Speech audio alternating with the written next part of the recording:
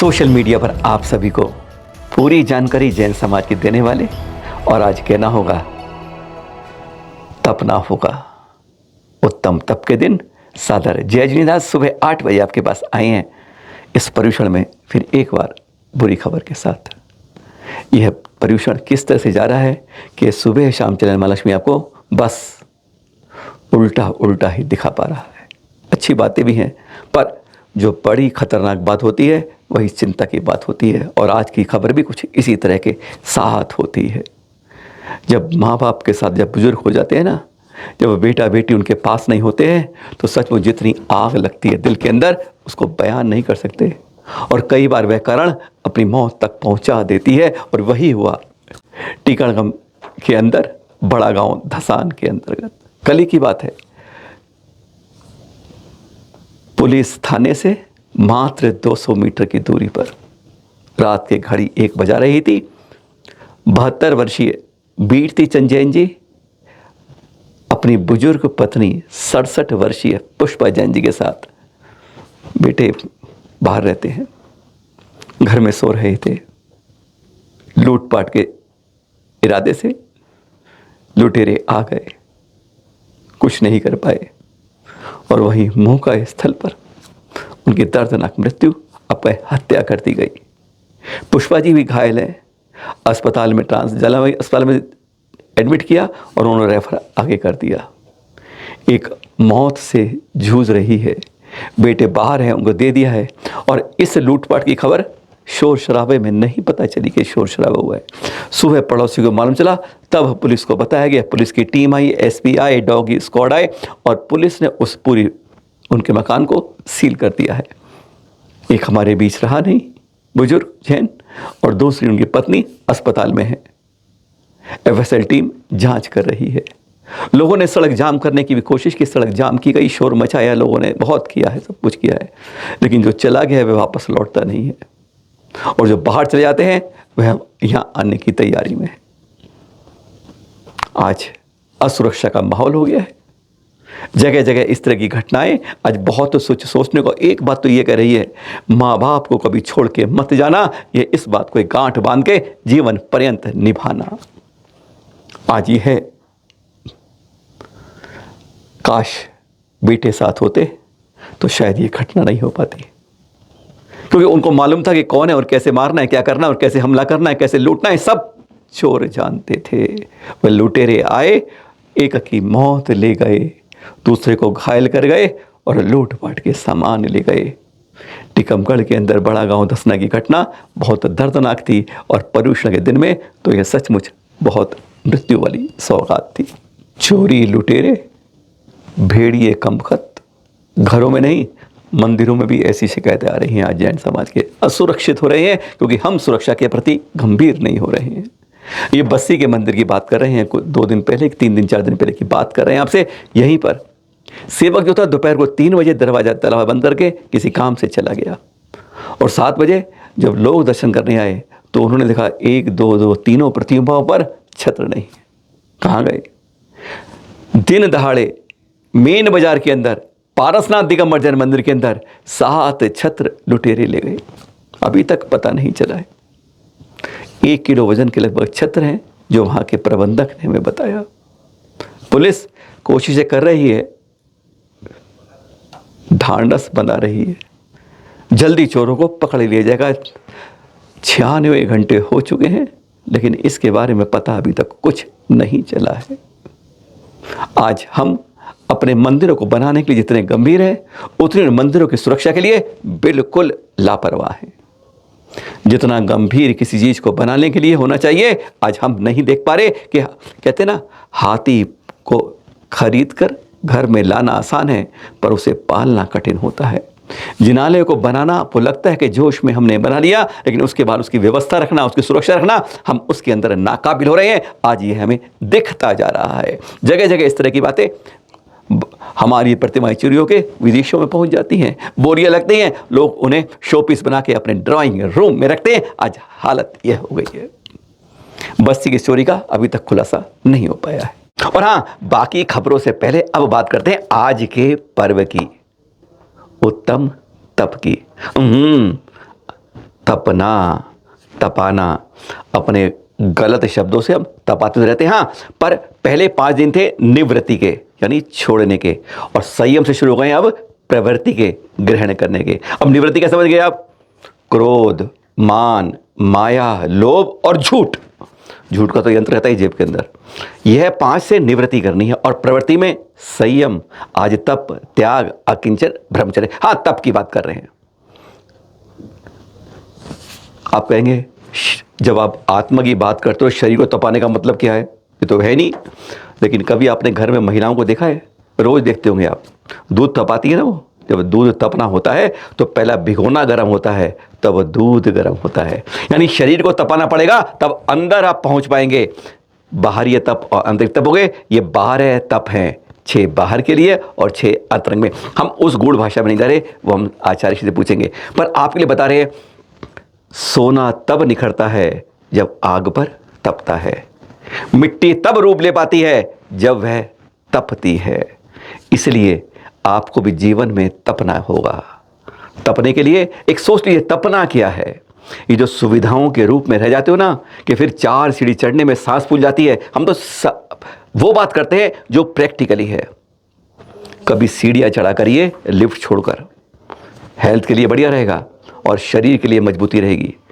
कुछ और तपिए, कभी धूप में खड़े होकर देखते हैं ना कैसे लोग गर्मी में खड़े होते हैं, और आप एसी में बैठे रहते हैं, पता नहीं चलता है, और जब लाइट जाती है तो तड़प जाते हैं।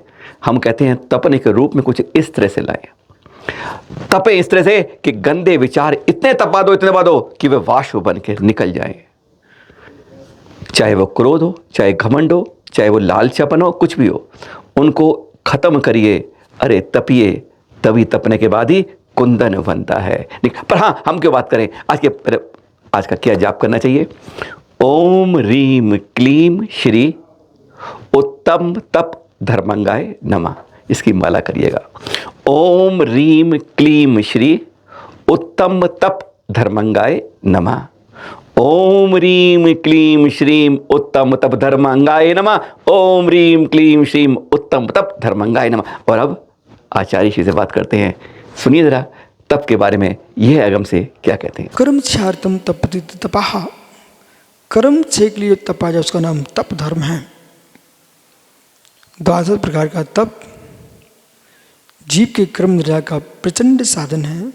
तपसा निर्जा च, तपस्या करने से निर्जा भी होती है और संवर भी होता है। इसलिए बिना तपस्या किए, बिना तपाए सूर्य चमकता नहीं है, ऐसे बिना तपाए आत्मा चमकती नहीं है। अर्ध आर्द्र कच्चे घट में पानी नहीं भरा जा सकता है, पका घट ही पानी भरने के योग्य होता है। ऐसे तपस्या बिन जीव अनंत गुणों को प्राप्त नहीं कर सकता है।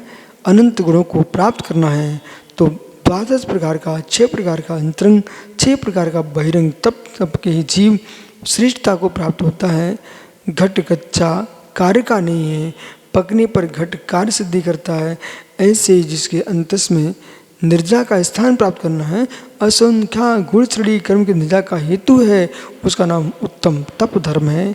तपस्या करने से जीव महान बनता है, और जिसने अपने कषाय भावों को समाप्त कर दिया है, शरीर की तपस्या के साथ साथ जो भावों के तप में तल्लीन है, वह जीव अपने आप में महान कर्म की निजा करके भावी काल में प्रवृत्तता को प्राप्त होता है। जो इच्छाएं जीत रहा, अहो कर्म घट रीत रहा। यह उत्तम तप धर्म कहा, शुद्धात्म संगीत आहा। ऐसा 10 लक्षण हो, ऐसा 10 लक्षण महापर्व कहाए रे। जीवन है पानी की बूंद, कब मिट जाए रे। होनी अनहोनी हो, होनी अनहोनी कब क्या घट जाए रे। जीवन है पानी की बूंद, कब मिट जाए रे। जीवन है पानी की बूंद, कब मिट जाए रे। जय द्विजनागम पंथो, अनादि अनिधन जिनागम पंथ जयवंत हो। आज राजनीति में गंदगी का समावेश हो रहा है, जिसे धर्मशास्त्र व्यसन अर्थात बुरी आदतें कहते थे, उसे आज स्टेटस माना जा रहा है। चुनाव के समय राजनेता शराब वितरण कर रहे हैं। शादी विवाह जन्मदिन आदि में शराब जैसी नशीली चीज़ों के स्टॉल लगाए जा रहे हैं। इनसे समाज, देश, परिवार में स्वच्छंदता फैल रही है। शराब, गुटखा, ड्रग्स आदि के कारण असामाजिक तत्वों को बढ़ावा मिल रहा है। बाल युवा पीढ़ी बुरी तरह प्रभावित हो रही है। स्वास्थ्य के साथ खिलवाड़ हो रहा है। क्या यही देश, समाज, परिवार की सुरक्षा है? ज़रूरत है जैन धर्म के उत्तम तप धर्म पालन की। तप का अर्थ है इच्छाओं को जीतना। उत्तम तप धर्म अपनाएं, जीवन को बेहतर, स्वस्थ, सुंदर, पवित्र बनाएं। तप, जीवन में पतन से बचना है तो तप करना जरूरी है। जिसने धूप की तपन को सह लिया वही जाके महान हुआ। जो तपता है वही महान होता है, चाहे मिट्टी का घड़ा क्यों ना हो। जब उसको कुम्हार गीली मिट्टी से तपाता है, जब जाकर वह घड़ा बनता है, सुराही बनता है, ग्लास बनता है और वह लोगों के उपयोगी होता है। जो मिट्टी तपती है वही घड़ा बनती है और बिकती है, और जो मिट्टी तपती नहीं है वह पड़ी रहती है, उसको लोग मिट्टी के रूप में इस्तेमाल करते हैं, हाथ धोने के रूप में इस्तेमाल करते हैं। मिट्टी मिट्टी ही रह जाती है, लेकिन जब तप जाती है तो मिट्टी भी अनमोल हो जाती है।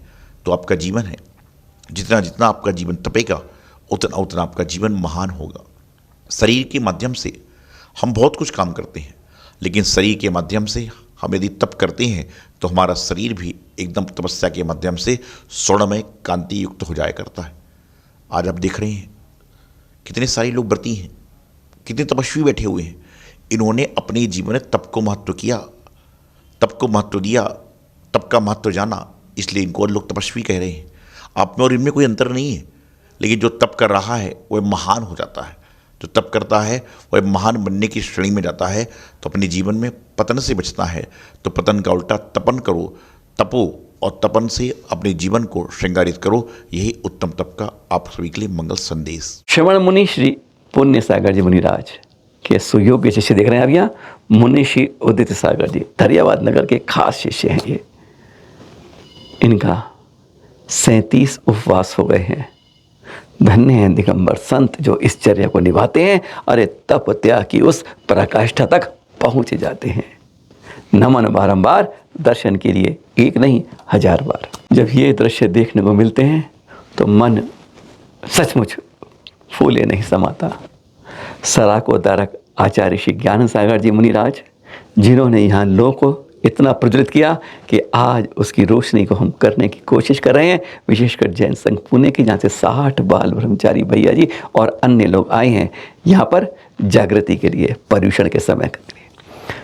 गुरु और आचार्य श्री विद्यासागर जी के एक बड़ा आशीर्वाद साथ में, और मुनिषी प्रमाण सागर जी की प्रेरणा आज यह रंग दिखा रही है। देवलटांड के अंदर यहाँ बता रहे हैं क्या है, यहाँ पर वहाँ सैकड़ों बच्चे लगे हुए हैं, और उसमें खास बात क्या है, जैन नहीं अजैन बच्चों में उत्साह देखते उमड़ता है।